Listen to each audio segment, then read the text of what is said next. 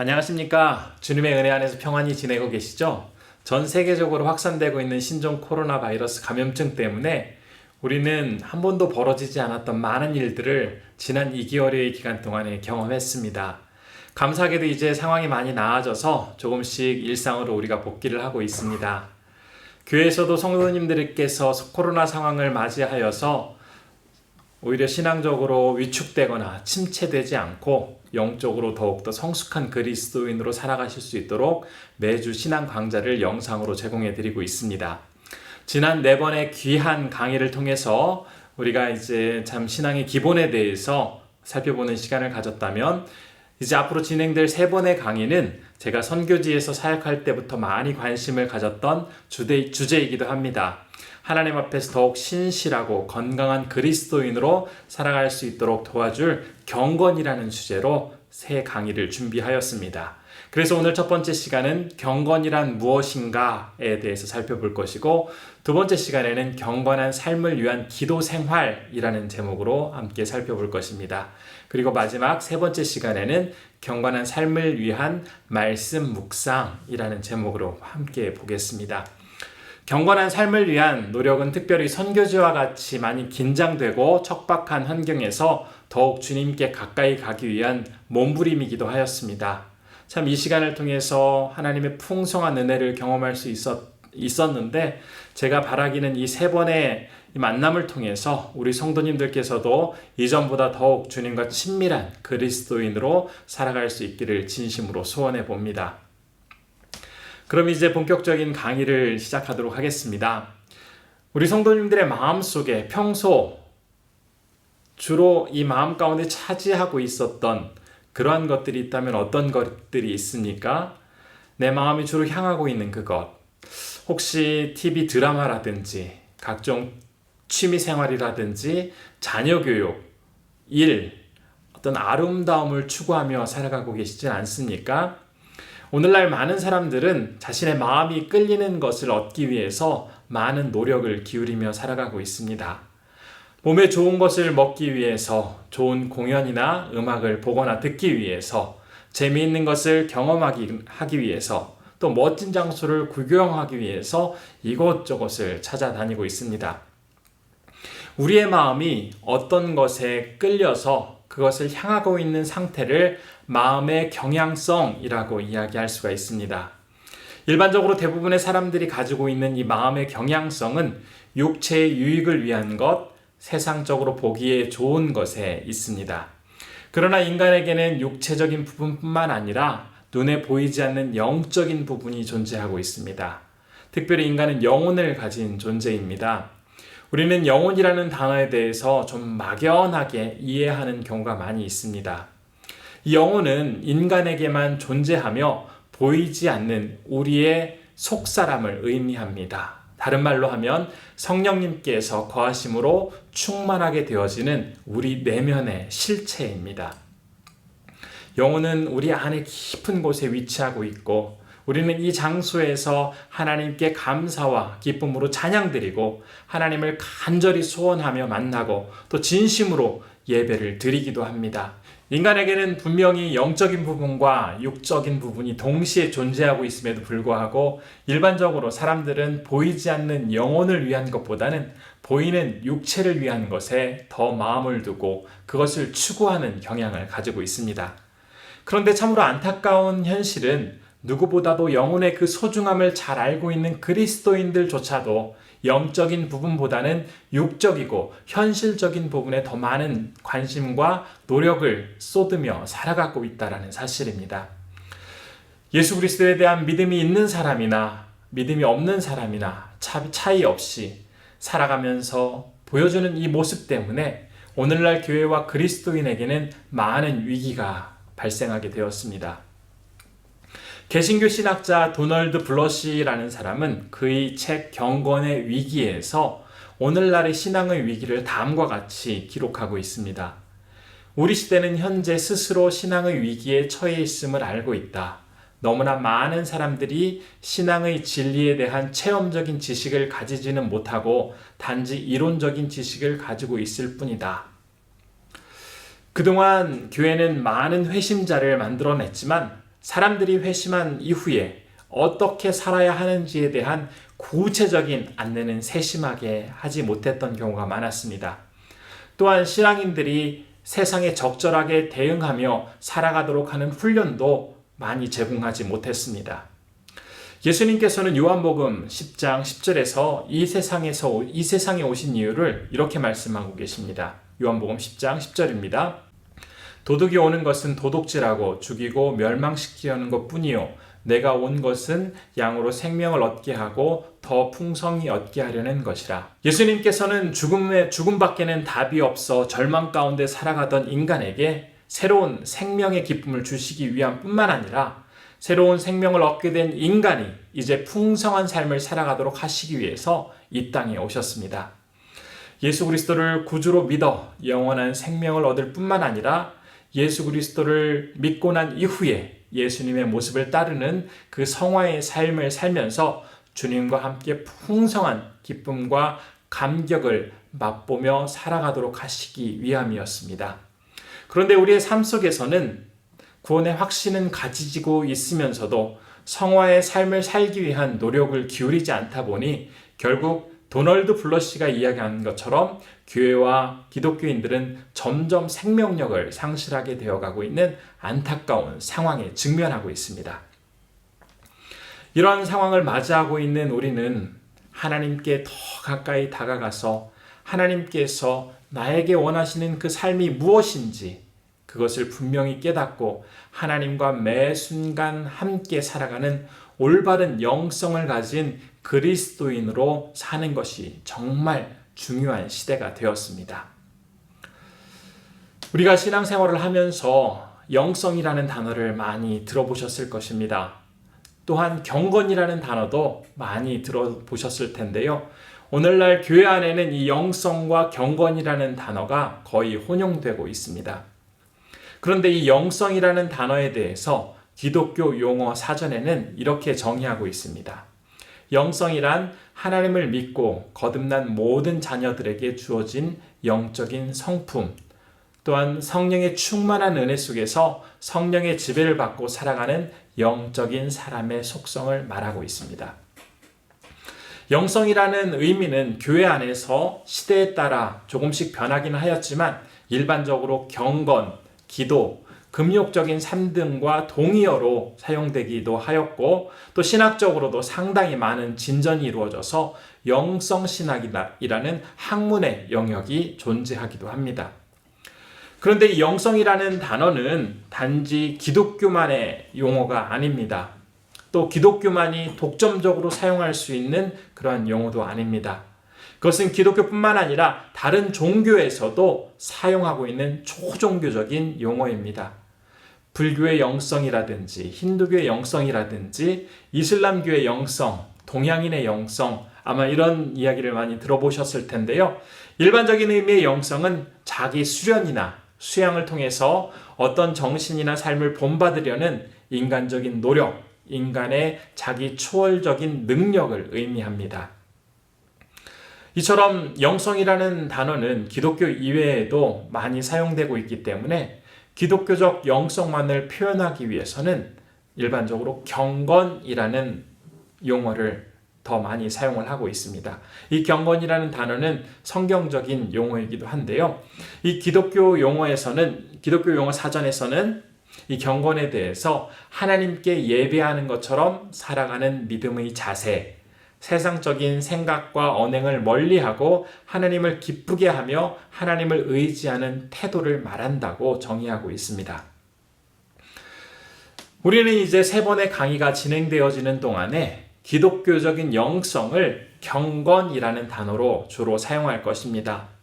하지만 강의 중에 보다 분명한 의미 전달을 위해서 영성이라는 단어를 사용하기도 할 텐데 그 영성이라는 단어는 바로 기독교적인 영성을 의미한다고 받아들이시면 좋을 것 같습니다. 그렇다면 이제 우리가 본격적으로 경건한 삶을 살아가기 위해서는 어떻게 그 출발점을 떠나 한 발을 내디딜 수가 있게 될까요? 기독교적인 영성, 즉 경건의 시작은 성령 안에서 우리에게 임하시는 예수 그리스도와의 인격적인 깊이 있는 교제를 이루는 것에서 시작을 할 수가 있습니다. 한 비유를 말씀을 드리겠습니다. 한 형제가 있었습니다. 다소 엄격하지만 마음이 따뜻한 아버지가 계셨는데 형은 아버지를 늘 어렵게만 여기면서 아버지는 엄격하고 무서운 분으로 인식하고 있었습니다.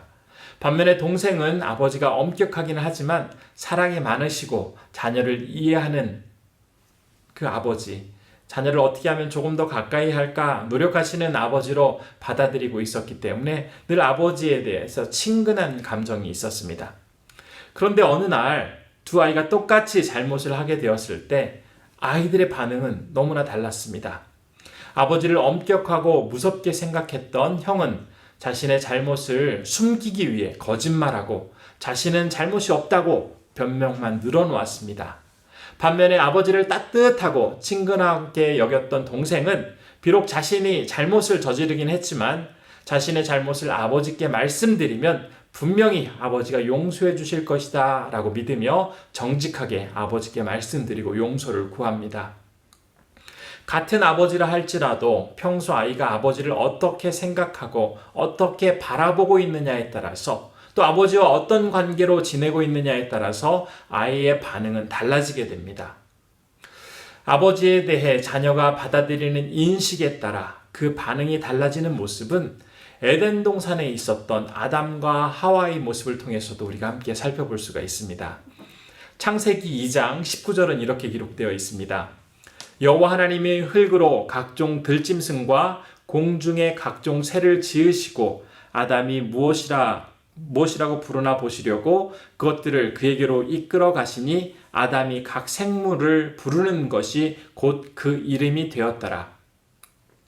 하나님께서 처음 아담과 하와를 창조하신 이후에 그들은 하나님과 친밀한 관계 속에서 살았습니다. 그런데 그들이 하나님께 죄를 지은 이후에 그의 마음속에는 하나님께 대한 그 친밀함과 하나님에 대한 그 사랑의 감정보다는 하나님에 대한 두려움, 무서움이 자리 잡으면서 자신의 잘못을 회피하려는 모습을 보입니다. 그 모습이 창세기 3장 8절에서 10절까지 등장을 하고 있습니다. 제가 한번 읽겠습니다.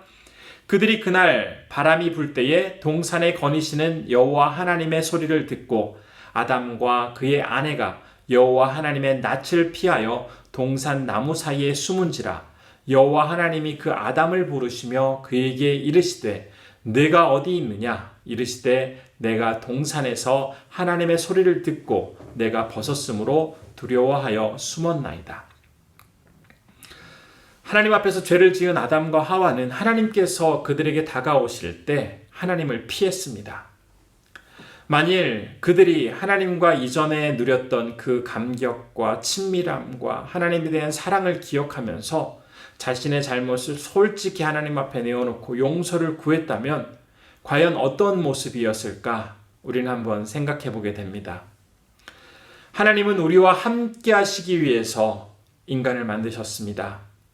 인간과 친밀하게 지내시고 또 함께 놀며 기쁨의 시간을 보내시기 위해 인간을 창조하셨습니다. 그런데 하나님의 이 창조의 목적을 분명히 기억하고 있었더라면 비록 하나님 앞에서 잘못을 저질렀다 할지라도 용서를 구하였을 텐데 오히려 하나님 앞에 죄를 지은 인간은 하나님의 이 목적을 잊은 채 하나님께로부터 피하려고만 하였습니다. 그리고 여전히 많은 사람들은 하나님의 자녀가 된 이후에도 하나님을 어려운 분으로 생각하고 하나님께는 다가가기가 너무 힘든 것으로 받아들이는 분들이 참 많이 있습니다. 그러면서 여전히 멀리서 맴돌며 하나님께는 다가가지 않으려는 그러한 모습을 보이는 경우도 많습니다. 우리는 하나님과 사랑하는 사이가 되어서 친밀하고 다정하게 하나님께 나아가서 함께 해야 함에도 불구하고 어떻게 해서라도 우리가 하나님 앞에 다가가 하나님과 친밀해지는 것을 방해하려는 이 사탄의 술수 때문에 계속해서 하나님께 다가가지 못하는 모습을 보일 때가 많이 있습니다. 우리의 신분은 이미 하나님의 자녀라는 신분의 변화가 있었음에도 불구하고 하나님의 자녀가 누릴 수 있는 그 기쁨은 누리지 못하게 하고 여전히 옛 모습에 사로잡혀서 살아가도록 하는 이 마귀의 꼬임에 넘어가서 여전히 하나님과 먼 거리를 두고 살아가는 사람들이 참 많이 있습니다.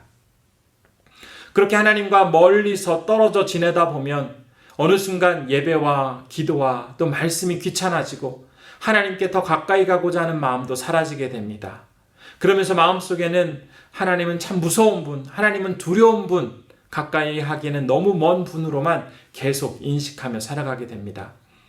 그러나 우리가 꼭 기억해야 할 것이 있습니다. 그것은 하나님은 예배를 통해서 우리와 만나고 우리와 하나 되어 참된 기쁨을 누리기를 원하시는 분이십니다.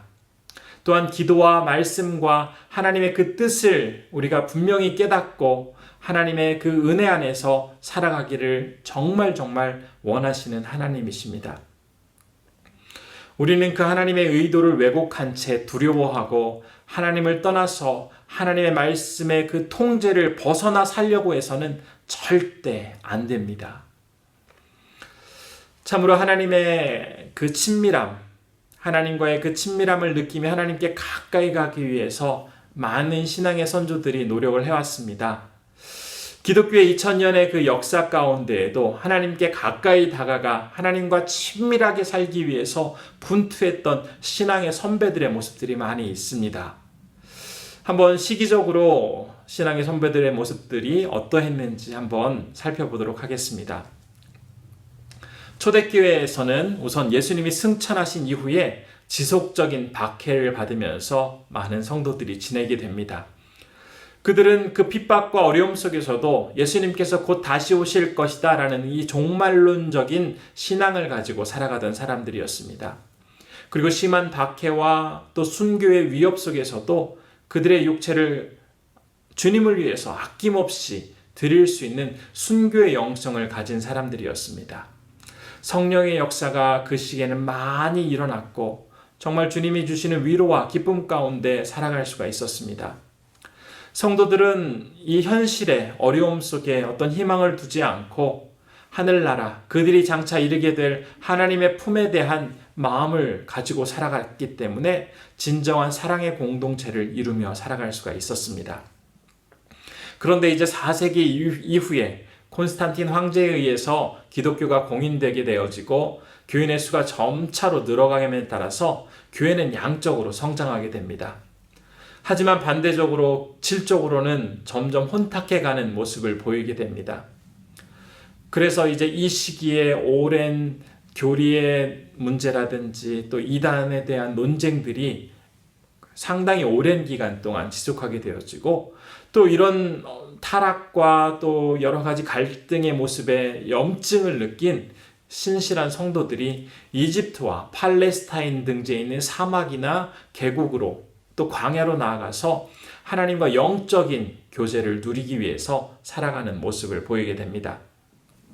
그들 가운데에는 이단성이나 극단적인 경향을 가진 사람들도 있기도 했지만 더 많은 사람들은 이 교회의 청량제와 같은 역할을 하게 되었고 교회의 순수성을 지키는 일에 아주 큰 기여를 하게 됩니다.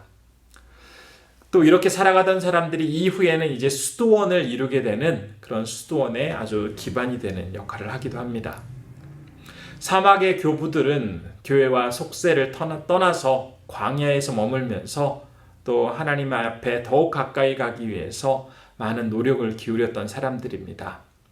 특별히 사막의 교부들 가운데에는 사막의 구덩이를 파고 그곳에 높은 기둥을 세워서 그 기둥 위에서 생활했던 사람들이 있습니다. 그런 사람들을 기둥성자라고 부르는데 시메온이라는 사람은 37년간이나 그 기둥 위에서 생활했습니다. 거룩을 지키기 위해서 그들은 가난을 선택했고 저렇게 보여지는 그림처럼 높은 기둥 위에 올라가서 하나님과 교제하며 하나님과 더욱 친밀하게 살아가기를 힘썼던 사람들입니다. 제자들이 하루 먹을 양식을 조금만 올려주면 끈으로 그 음식을 잡아 올려서 먹고 또 더 많은 시간들은 금식하며 하나님만을 바라보며 살아갔던 그들의 열정이 참으로 대단한 것 같습니다. 이제 중세 시기로 넘어오면서 교회는 많은 성장을 하기는 했지만 또 많은 권력을 가지기는 했지만 크게 타락하는 시기가 바로 중세 시기였습니다. 그래서 영적인 암흑기라고 표현하기도 합니다. 그럼에도 불구하고 그 가운데 순수한 신앙을 유지하기 위해서 노력을 기울였던 사람들이 있습니다. 이들의 이 모습과 운동은 주로 수도원을 통해서 이어지게 되었는데, 수도원 운동은 세상의 이 소란함을 피해서 조용한 사막이나 계곡이나 광야에 가서 조용히 영성을 추구하며 살아갔던 이 사막 교부들에게서 유래한다고 아까 말씀을 드렸습니다. 특별히 이 수도원은 동방교회에서 우선 시작이 됩니다. 3에서 4세기경에 파코미우스라는 사람이 수도원을 이렇게 시작하게 되어지고, 동방 수도원 운동의 아버지라고 불리는 바질은 수도원 신학을 정리하기도 하였습니다. 이 동방 수도원은 주로 이 성령을 많이 강조하는 특징을 가지고 있습니다. 반면에 이 서방교회는 교회를 중심으로 한 수도원이 생겨나게 됩니다. 서방교회 수도원의 아버지는 베네딕트라는 사람인데, 6세기에 그는 그의 수도원 영성 훈련의 체험을 토대로 수도원 규칙을 사용을 하게 되고, 또 그 이후에 서방 수도원의 기틀이 될 수 있는 역할을 감당합니다.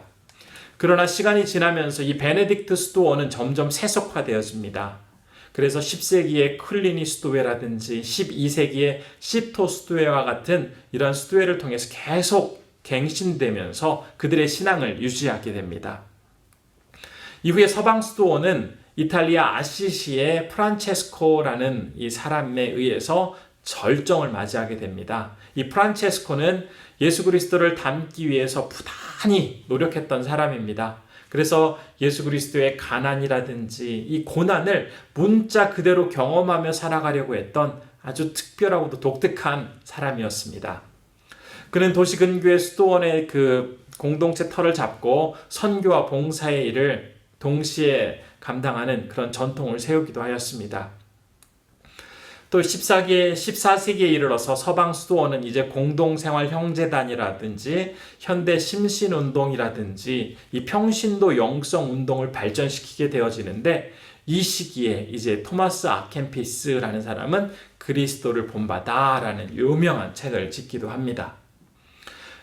그리고 나서 이제 종교개혁 시대에는 로마 교회가 많은 혼돈에 빠져 있을 때 말틴 루터가 로마서에서 복음을 재발견하여 믿음으로 의롭게 된다라는 이 이신칭의 교리를 정리하게 됩니다.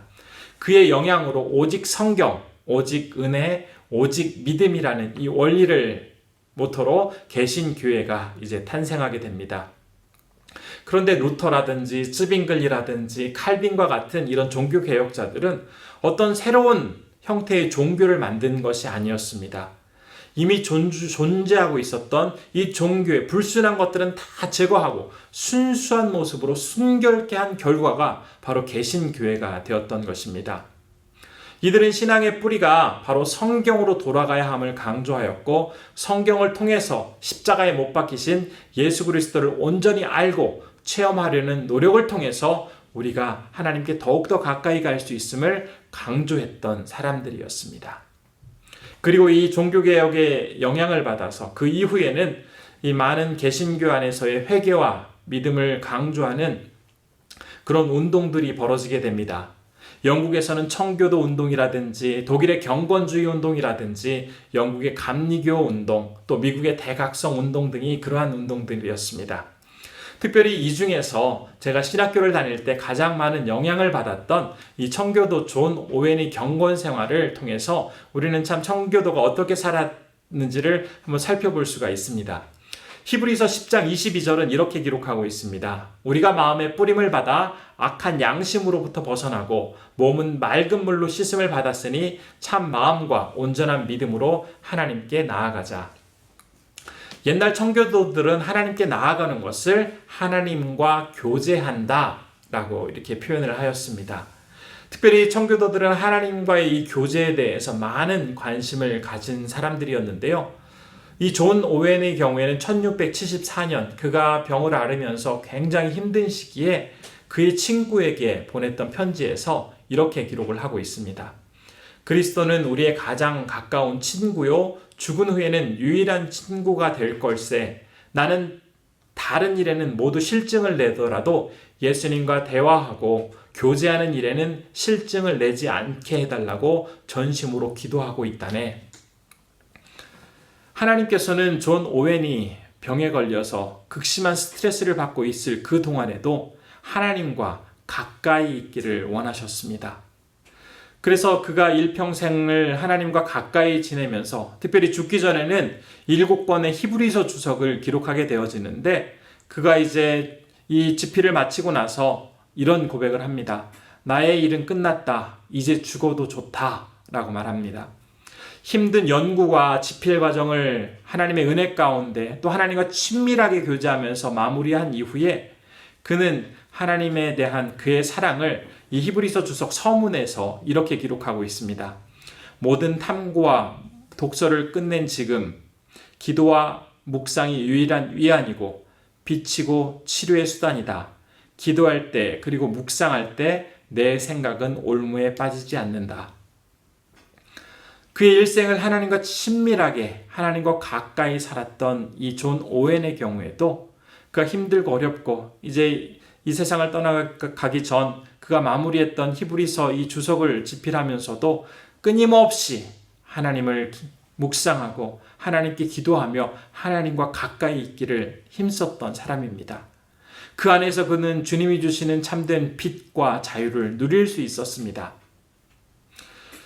이렇게 신앙의 선조들이 하나님과 가까이 하기 위해서 많은 노력을 기울였고 또 그들의 일생을 온전히 주님께 바치며 살았던 모습들이 있습니다. 그렇다면 이제 우리는 어떠한 모습으로 우리의 경건 생활을 위해서 살아가야 할까요? 우리는 그 경건 생활의 본을 예수 그리스도의 모습에서 찾아볼 수가 있습니다. 예수님께서는 누구 못지않게 바쁜 삶을 사셨습니다. 설교자로서, 전도자로서, 의사로서, 교육자로서, 또 사회사업가로서, 상담가로서 참 이루 말할 수 없는 많은 사역들을 감당하셨습니다. 이러한 분주한 삶 속에서도 예수님께서는 결코 하나님과 교제하는 것을 쉬지 않으셨습니다. 어떻게 그것이 가능했을까요? 예수님의 이 영성 생활, 예수님의 경건 생활에는 크게 3가지의 특징이 있습니다. 첫 번째는 예수님은 자연을 바라보면서 늘 자연을 통해 하나님과 대화하는 법을 익히셨습니다. 이 대자연 속에서 숨어있는 아름다움과 곳곳에서 발견되어지는 생명의 숨결과 생명의 신비를 살피며 사셨습니다. 특별히 예수님께서 말씀하셨던 마태복음 6장 26절에서 28절의 말씀은 이렇게 기록되어 있습니다. 공중의 새를 보라. 심지도 않고 거두지도 않고 창고에 모아 들이지도 아니하되 너희 하늘 아버지께서 기르시나니 너희는 이것들보다 귀하지 아니하냐. 너희 중에 누가 염려함으로 그 키를 한 자라도 더할 수 있겠느냐. 또 너희가 어찌 의복을 위하여 염려하느냐. 들의 백합화가 어떻게 자라는가 생각하여 보라. 수고도 아니하고 길쌈도 아니하느니라. 예수님께서는 들에 핀 백합화를 보고 경이로움을 가지셨습니다.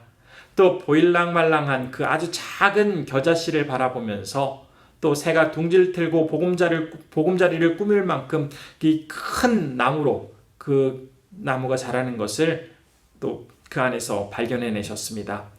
공중을 자유롭게 날아다니는 이 새를 통해서도 예수님께서는 그 하나님의 뜻을 살피려 하셨고 또 참으로 보잘것없는 많은 자연에 존재하는 생물들을 바라보면서 그 안에서 이것들을 만드시고 관리하시고 가꾸시는 분이 누구신가를 깊이 생각하며 사셨습니다. 그러한 삶은 곧 하나님과 깊은 교제를 이룰 수 있는 그러한 모습으로 이어졌습니다. 예수님께서는 자연의 많은 것들을 바라보시면서 그 가운데 하나님의 섭리와 하나님의 은혜를 발견하셨고 하나님과 깊은 교제를 이어가실 수가 있었습니다. 두 번째로 예수님께서 유지하셨던 경건 생활은 일상 속에서 발견될 수 있는 사소한 경험이나 환경 그리고 물건 등을 의미 없이 지나치지 않으셨습니다. 마태복음 11장 17절은 이렇게 기록하고 있습니다. 이르되 우리가 너희를 향하여 피리를 불어도 너희가 춤추지 않고 우리가 슬피 울어도 너희가 가슴을 치지 아니하였다 함과 같도다. 예수님께서 보시기에 이 마을 광장에서 피리를 불며 춤을 추는 어린이들과 또 애곡하는 모습을 보셨는데 이 피리를 부는 것은 즐거움의 표현이었습니다. 반면에 애곡하는 것은 슬픔의 표현이었습니다. 그런데 사람들이 어떻게 된 일인지 흥이나 슬픔을 자연스럽게 표현할 수 없을 만큼 정서적으로 영적으로 피폐해져 있는 그들의 상태를 예수님께서는 바라보시면서 아파하셨습니다. 자칫 무심코 지나칠 수도 있었던 이 상황을 예수님께서는 일상의 모습을 아주 자세히 관찰하시면서 그 가운데 영적인 모습을 캐치하셨고 영적인 예수님께서는 오히려 그 모습들을 하나님께 아파하며 아뢰는 그런 통로로 삼으셨습니다. 세 번째로 예수님께서는 바쁜 시간을 구별하여 하나님과 깊은 대화를 나누는 일을 멈추지 않으셨습니다. 예수님께서는 중요한 결정을 하셔야 할 때, 특별히 또 십자가를 지셔야 할 때, 이러한 모습 속에서도 밤을 지새워가며 하나님과 함께 깊은 교제의 시간을 가지셨습니다. 또 바쁜 사역을 하시면서도 의도적으로 한적한 곳으로 나아가셔서 하나님과 깊은 대화를 이어나가셨습니다. 5,000명을 먹이신 사건 이후에도 예수님께서는 그 무리를 떠나서 홀로 조용한 산에 오르시어서 하나님께 기도하는 모습을 우리는 잘 기억할 수가 있습니다. 예수님께서는 바쁜 사역의 현장에서도 아주 작은 부분을 결코 무심코 지나치지 않으시고 하나님께서 허락하신 아름다운 신비를 정말 충만하게 누리며 살아가셨습니다. 평범한 세상 속에서도 영적인 진리를 발견하시고 그것을 통해서 하나님과 깊이 대화하시는 통로로서 일상의 많은 것들을 사용하셨습니다. 또 혼탁하고 죄 많은 이 세상을 살아가시던 이 성자 예수님께서는 정말 끊임없이 하나님과 교제하시고 또 하나님께 나아가 하나님께 그 마음을 아뢰므로써 비록 이 세상 가운데는 어렵고 힘들고 또 참 넘어야 할 장애물들이 많았지만 하나님과 아주 친밀하게 하나님을 아빠라고 부르면서 가까운 관계 속에서 살아가셨던 예수님의 모습을 우리는 발견해 볼 수가 있습니다. 아까 초반에 우리가 하나님과의 이 관계를 이야기하면서 아담과 하와의 이야기를 예로 들었었습니다. 아담과 하와는 하나님께 죄를 짓고 난 이후에 오히려 하나님을 두려워하며 하나님께로부터 멀리 떠나려 하였고 자꾸 변명과 자신의 죄를 덮기 위해서 숨으려는 모습을 보였습니다. 반면에 예수님께서는 바쁘고 힘들고 어려운 상황에서도 하나님과 늘 친밀하게 가까이 지내시면서 하나님과 끊임없는 교제를 이어가셨습니다. 바로 경건 생활의 원리는 하나님과 가까이 하며 하나님께 우리의 마음을 내어놓고 하나님과 정말 친밀함 속에서 살아가는 모습이 바로 경건 생활의 가장 중요한 모습임을 우리는 다시 한번 생각해 보게 됩니다. 이제 말씀을 정리해야 될 때가 되었습니다. 인간에게 최초의 인공심장을 이식하는 데 성공한 사람은 드브리스 박사라는 사람입니다. 그런데 이 드브리스 박사는 인공심장을 이식하기 위해서 수많은 연습을 동물을 대상으로 해서 실시를 합니다. 그리고 나서 이제 그가 마침내 인간에게 인공심장 이식하는 것을 성공하게 되어지는데 그가 이런 이야기를 했다고 합니다. 우리가 많이 연습하는 이유는 매번 똑같은 방식으로 자동적으로 행하게 되기 위해서이다. 이 드브리스 박사의 말은 예수님의 이 말씀 가운데에도 우리가 발견해 볼 수가 있습니다. 예수님께서는 선을 행할 때 오른손이 하는 것을 왼손이 모르게 하라 라고 말씀을 하셨습니다. 실제로 우리 왼손과 오른손은 우리의 몸에 붙어 있기 때문에 오른손이 하는 것 또 왼손이 하는 것을 모르게 할 수가 없습니다. 그럼에도 모르게 한다라는 것은 이 오른손이 하는 것이 너무나 자연스럽게 반응하게 될 때, 무의식적으로 반응하게 될 때 왼손이 그것을 알지 못하게 됩니다. 즉 선행을 행할 때 아주 자연스럽게 무의식적으로 이 선행을 나의 일상 가운데 꾸준히 행하라는 그 예수님의 말씀인 것입니다. 우리가 외국어를 유창하게 구사하기 위해서는 철저히 준비하고 아주 능숙하게 그것들이 우리의 삶 가운데, 우리의 모습 가운데 있을 때 자연스럽게 외국어가 구사가 되는 것처럼 우리가 경건 생활을 살아가기 위해서는 어떤 훈련을 받는다고 해서 어떤 방법을 우리가 깨달았다고 해서 우리의 경건 생활을 이어갈 수 있는 것이 아니라 우리의 마음속에서 너무나 자연스럽게 하나님과 가까운 삶이 이어지고 하나님과 늘 친밀하게 살아가는 이러한 삶이 우리 속에서 자연스럽게 이루어질 때 우리의 경건 생활은 많은 발전을 이루어갈 수 있게 되는 것입니다. 우리가 이제 앞으로 살펴보게 될 두 번째 시간에서는 기도를 통해서, 또 세 번째 시간에는 말씀 묵상을 통해서 어떻게 더 주님께 가까이 가고 주님께 우리의 마음을 내어놓고 주님과 친밀함을 느끼며 살아갈 수 있는지를 함께 살펴볼 것입니다. 우리 성도님들께서도 각 시간을 통해서 우리의 마음을 주님 앞에 내어놓고 더 가까이 가기에 힘쓸 수 있는 소중한 기회가 되기를 진심으로 소원합니다. 감사합니다.